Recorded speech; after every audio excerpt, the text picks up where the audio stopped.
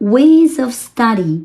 First, the best time for reading is in the morning because the morning air is fresh and we have a lucid brain.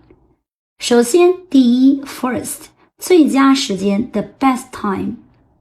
在早上注意要使用介词 in because 因为这是一个连词，用来连接整个句子，表示原因。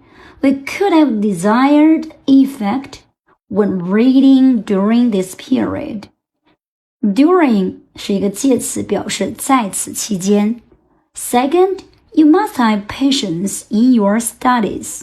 Third, when you are studying, you must concentrate your mind on the book, or you can get nothing from the book while you're reading. When 是当什么什么的时候，当你正在学习的时候，你必须要把注意力集中在你的书本上。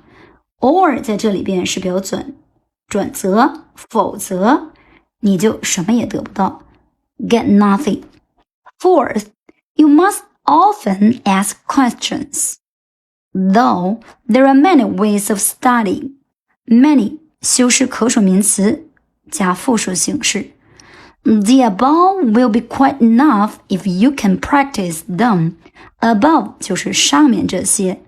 Enough 足够的，注意它的位置放在名词之前，形容词之后。